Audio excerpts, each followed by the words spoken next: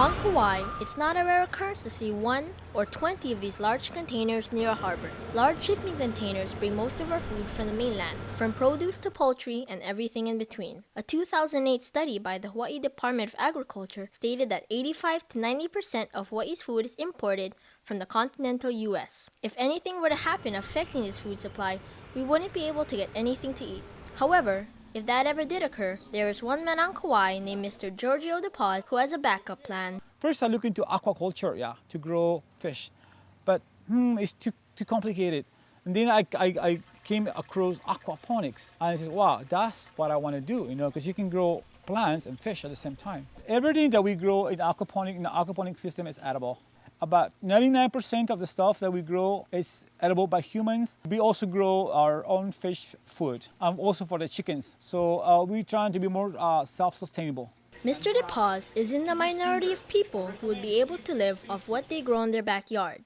However, this isn't just for emergencies. It provides everyday nutrition right outside your back door. You can grow just about anything in aquaponics. We're still experimenting with things that we grow for our climate here in Kauai. We grow taro. The taro grows like crazy, up to 12 feet. We grow watercress, and we grow food for the fish. We grow azolla, and we grow duckweed. Even though it almost seems like the aquaponics system is magic, there is actually a science behind it. Our aquaponics system is gravity fed. I have these fish tanks. The fish waste goes into these containers. It goes around.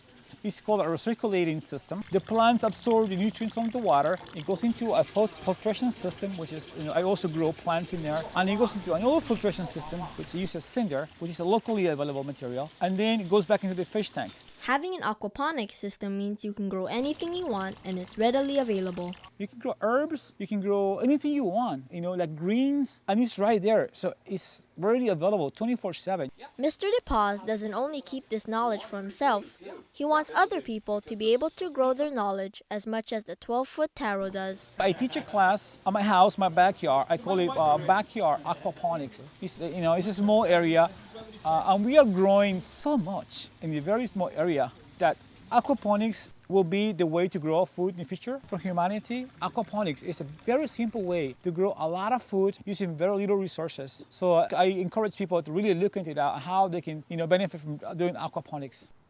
If anything were to happen to these large shipping containers that we rely so much on, Mr. DePaz would have a backup plan. For HIKI, this has been Brandon Marcos from Chiefess Kamakahelei Middle School.